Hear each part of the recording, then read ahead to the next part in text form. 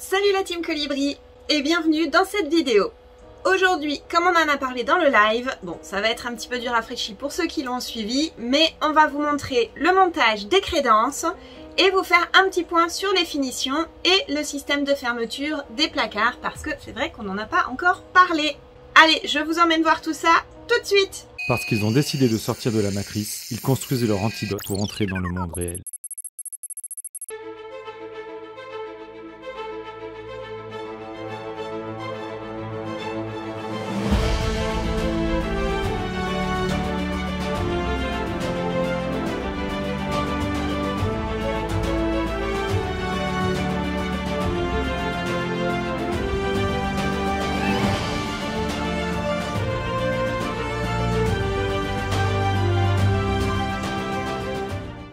Alors maintenant on va s'attaquer à la finalisation de la cuisine parce que comme vous le voyez il manque le cadre de la fenêtre et on a aussi fait faire deux super belles crédences avec la peinture du mur pour avoir exactement le même ton. Donc on va vous montrer ça.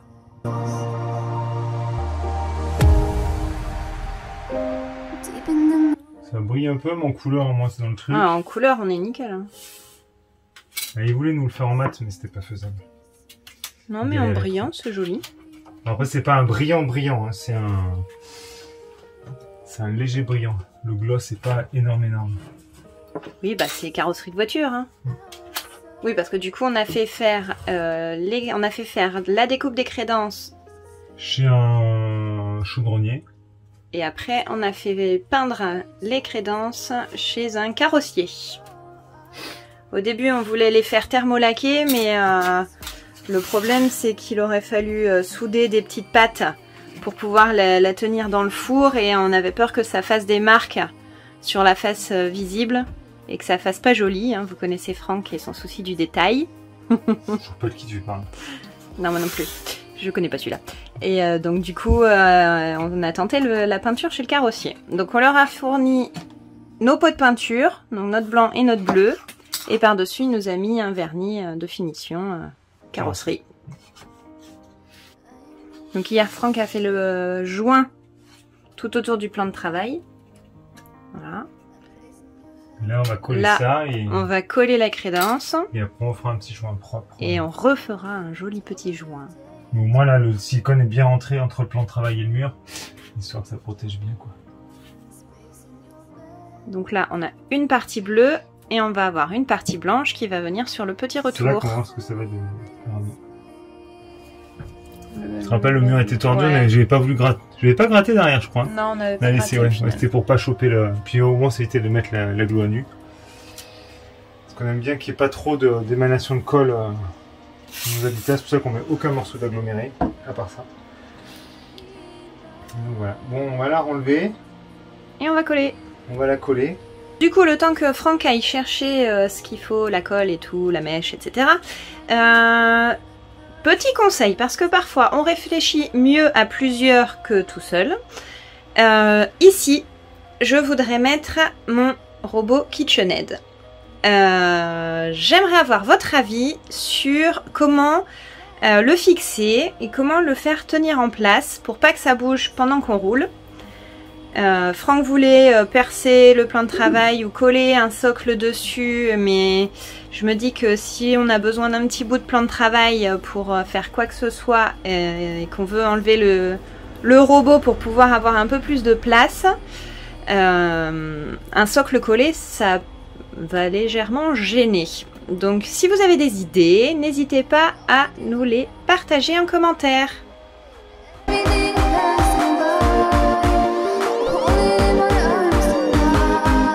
Il faut arriver à le tenir comme ça. T'as quoi faire les 2 prochaines heures? J'allais te dire la même chose, tiens, t'es bien là comme ça pour la tenir. Alors, vous me connaissez peut-être pas, hein, mais je suis assez barré pour le faire. Pendant 2 heures hein. Enfin, pas 2 heures, hein, mais... T'as pas plutôt un système pour le mettre un truc à pincer de chaque côté du mur? Si moi, non. J'ai déjà réfléchi, en fait, c'est pas faisable. Bon, bah écoute, passe 2 heures à la tenir.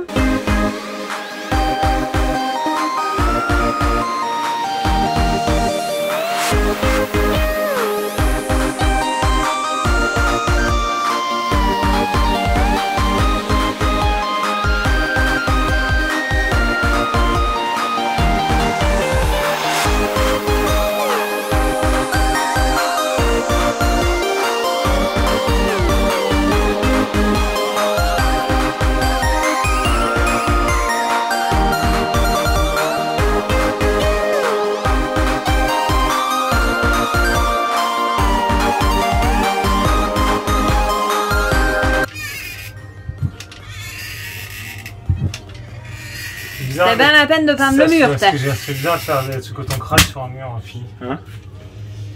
Nouvelle déco. Wouh! C'est pas un jeu de points à relier, hein? C'est un poisson. Ouais, j'ai cassé un peu le rythme, je vais pas suivre. Non, c'est bon, après là-bas, je pense que ça va me coller plus parce qu'elle est passée par le cadre. Eh, je veux pas dire, mais Rose, elle fait mieux que toi en points à relier. Hein. C'est quoi ce travail de cochon, là? Tu veux pas dire pourquoi tu le dis? C'est comme pour ne pas le citer et qu'il le cite. Tu veux rien dire, tu fermes ta bouche. Les gens ils disent non, je veux pas balancer, mais bon, c'est lui. Ben moi je balance. Rose, elle fait mieux les points à relier que toi. Vous avez vu comme elle s'entraîne? Moi je m'entraîne pas souvent. Hein. Allez, maintenant on se concentre, on arrête de faire les âmes. C'est la musique.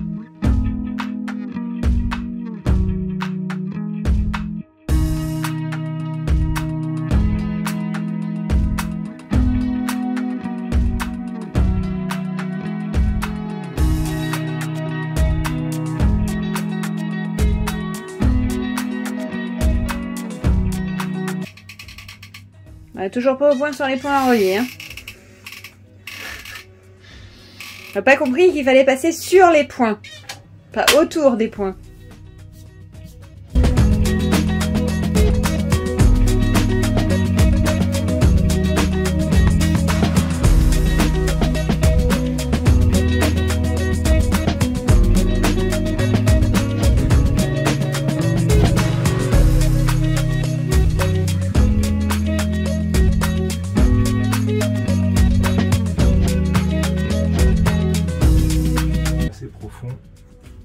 Donc on va attendre que ça sèche et puis après on va démouler. Oui, c'est tout à fait ça. Elle est où la languette? Et sur les cuisines, c'est pour quand? Bon, après avoir essayé le cadre donc avec les crédences, donc ça n'allait pas, comme vous avez pu voir tout à l'heure. Donc là, je retouche la feuillure juste à l'endroit où il y aura la crédence pour que ça gêne pas et qu'on puisse le mettre correctement. Allez hop!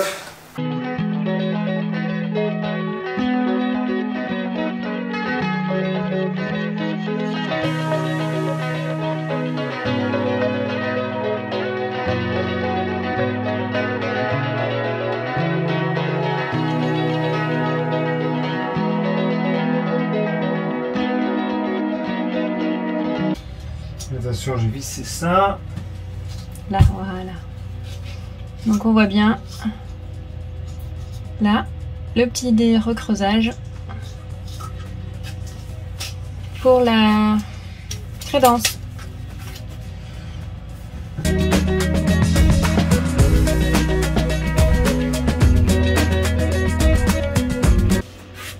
Et voilà du coup, la crédence, une fois. Plus qu'à faire les petits joints de silicone. Bon, ben me voilà parti sur les portes maintenant que tous les caissons sont finis. Alors je suis désolé, je n'ai pas filmé grand chose jusque là. C'est que les portes n'étaient que la découpe de panneaux, il n'y avait rien de très intéressant. Je vous montrerai après où j'ai mis toutes les façades de placard haut, façade de tiroir et portes sous évier. Et là, voilà, j'ai percé, c'est une des portes de notre placard de chambre. Donc voilà, donc là les guidages haut, les petites roulettes en dessous. Donc j'en ai essayé une en haut, donc ça va pas mal. Donc j'ai démonté celle-là, vous montrer comment je perce sur une autre. Et après, je vais finir les autres comme ça, faire la peinture et on verra la pose de tout ça. Alors pour commencer, vu que les panneaux sont bruts de chez le marchand de bois, il y a souvent encore des ondes, ça fait des légères vagues. Donc j'y passe toujours un coup de ponceuse à bande pour bien casser toutes ces ondes. Parce que l'orbital, c'est bien pour la finition, mais ça dégrossit pas très bien.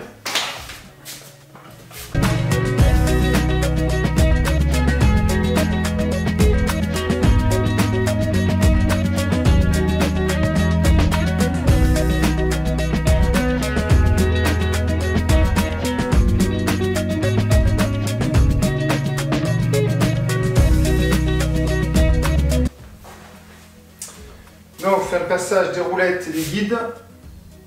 Normalement, c'est à 50 mm du bord. Mais moi, vu que les portes sont pas très larges, je préfère le faire à 40, qui a un peu plus d'assise.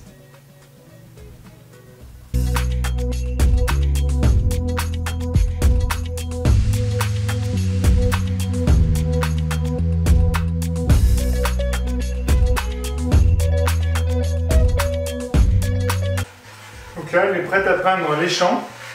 Alors je fais les champs d'abord, je vais faire un essai. Parce que je voudrais voir, pour pas m'embêter quand je ferai les plats, pour pas qu'il y ait des manques, parce que j'ai un peu galéré sur les autres, là, vu que c'est la lasure qui est très tendue. Donc on va voir ça. Donc là je prépare tous mes champs qui vont être en gris. Et après on va peindre ça. Allez, on se retrouve tout à l'heure. Bon, ben on va mettre les portes de placard, voir un peu si tout va bien. On les a déjà essayées sans la peinture. Et là du coup, elles sont peintes, elles sont définitivement...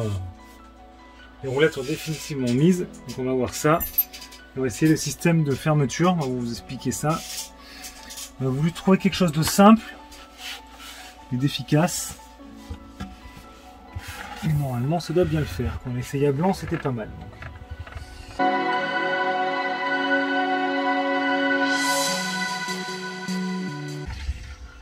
On a un peu le parti pris de ne pas mettre de prise de main. Au début, je voulais faire une petite encoche pour faire une prise de main. Puis on se dit que... elles sont pas lourdes comme porte. Elles sont pas lourdes, ça glisse bien, donc voilà. Donc du coup, quand on veut ouvrir cette porte, on fait ça. Hein, jusque là, pas de souci. C'est la poussière. Désolé de leur souffler là. C'est pas méchant. Celle-là, quand on veut l'ouvrir, eh ben, on fait ça. Tac, voilà. Et celle du milieu, ben voilà, elle est ouverte. Et en fait, on a fait ça, c'est parce que le but était qu'elle se place. Parce que s'il n'y avait rien qui butait celle du milieu, pour la mettre pile poil au bon endroit, c'était compliqué. Parce que pour la fermeture, on a des petites goupilles.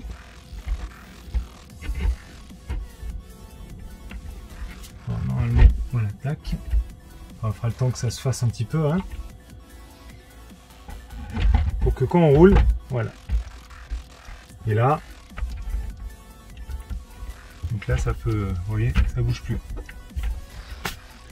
Et donc quand on roule pas, bah, on va se faire un petit piton qu'on va mettre peut-être dans le chevet ou dans le placard, on va avoir un endroit discret. Pour poser les goupilles quand on est posé tranquillement, ne pas s'embêter. On verra peut-être que je meulerai un tout petit peu le filetage, bon après il faut le temps que ça se fasse.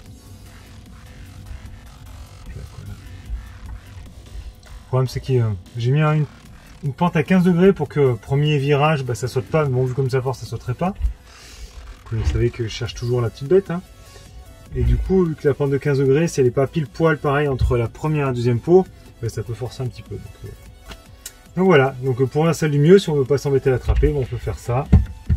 Et voilà, tac. On a privilégié de le faire dans ce sens là parce que vu qu'on va s'en servir plus qu'on sera d'en bas, au moins c'était plus facile de faire comme ça. Ok, alors au niveau des finitions, on a rajouté une petite étagère à épices, ce qui me libère pas mal du placard au final, parce qu'au début tout était dans le placard et je vous avoue que ça me prenait une étagère complète. Au-dessus de la banquette, on a ajouté un petit cadre avec des petits crochets, des petits aimants, enfin bref, pour fourrer tout le petit bazar. Accrocher les clés, les ciseaux, enfin bref, tout ce qui... Rose a maintenant son échelle pour monter, je vous avoue qu'elle est contente. Dans la salle de bain, la petite armoire à pharmacie qui va bien. Et dans la chambre des filles, chacune a son ventilateur. Et nous aussi, on en a chacun un.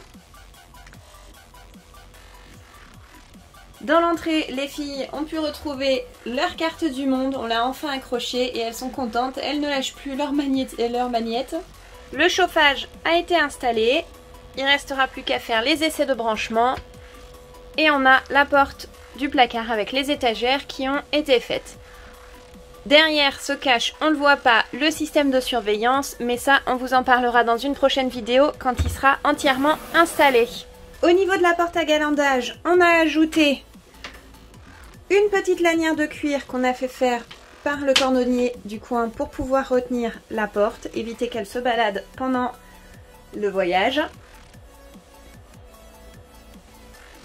On a aussi sécurisé la douche avec des sécurités enfants pour éviter toujours pareil que ça s'ouvre pendant le voyage. On a fait la même chose au frigo.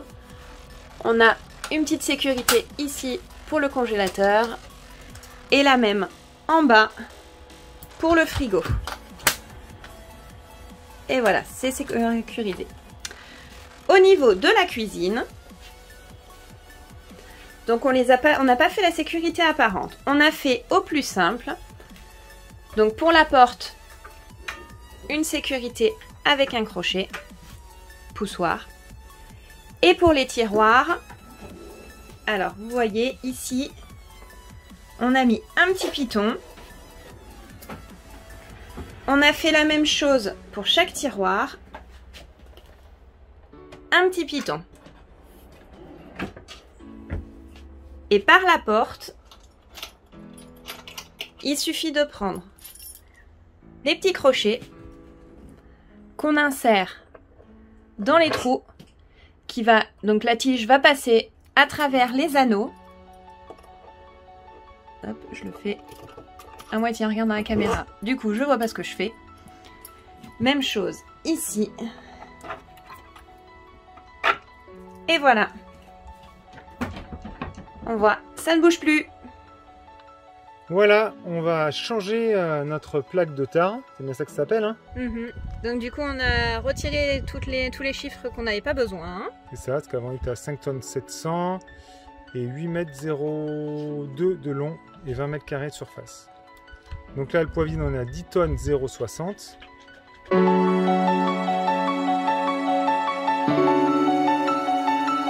Allez, c'est bon, ça c'est fait. Bon ben c'est parti, en route pour le permis. Alors? La pression? La pression? Ah, mais ça va aller, ça va faire 15 jours de faire un peu de choses, changer des idées d'aménagement du camion. On va être dans le camion, mais pas dans la même partie du camion. Dans la cabine et plus dans la cellule. On s'accroche, monsieur? Oui, pardon, madame. Je suis bien monté avec 3 points d'appui. Hein. Est-ce que tout le monde est accroché? Oui, oui. Bourriquet aussi? Ah oui, bourriquet aussi. Bon, ben c'est bon, allez, en route. Encore une fois, au contrôle technique. Cette fois-ci, c'est pour le dossier de Réal, donc c'est la validité pour 2 ans. Ça y est, enfin. Il reste plus qu'à scanner le papier et à l'envoyer à la Réal. Résultat un peu plus tard. Bon allez, on vient de faire la petite pause du repas de midi. Bon, il est un petit peu tard, je me suis reposée un peu, j'ai fait 5 minutes de sieste. Et là, on prend la route direction à côté de Nantes, parce que demain, on a rendez-vous avec nos copains de Carapace, David et Émilie. Et notre spot pour ce soir, en pleine campagne perdue, en pleine nature, au bord d'un étang. Regardez-moi ça si c'est pas beau. On suit les filles. Il y a un petit peu de vent ce soir.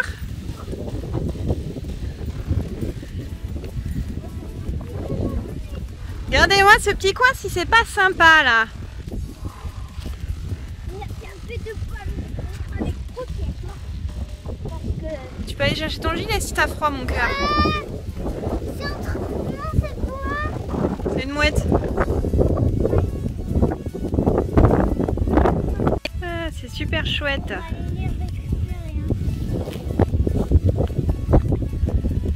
Et puis ça va où? Et ben ça continue là-bas. On doit pouvoir se balader tout le long. Et ça va jusqu'à où? Je sais pas. C'est chouette en tout cas. Hein. Et j'ai vu ici? Non, c'est la première fois qu'on vient.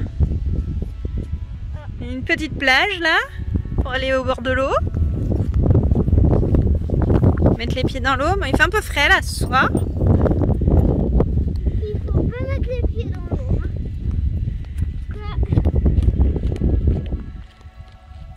Oh, elle est chouette. Oh, il y a des bulles ici là. Et en bonus depuis le parking, je vous montre Franck qui est en train de faire les vérifications de son véhicule et de s'entraîner.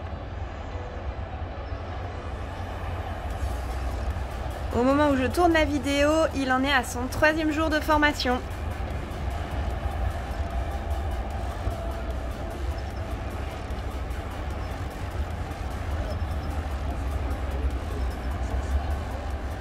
Voilà, j'espère que cette petite vidéo vous a plu. N'hésitez pas comme d'habitude à commenter, liker, partager et mettre des petits pouces bleus. Bisous!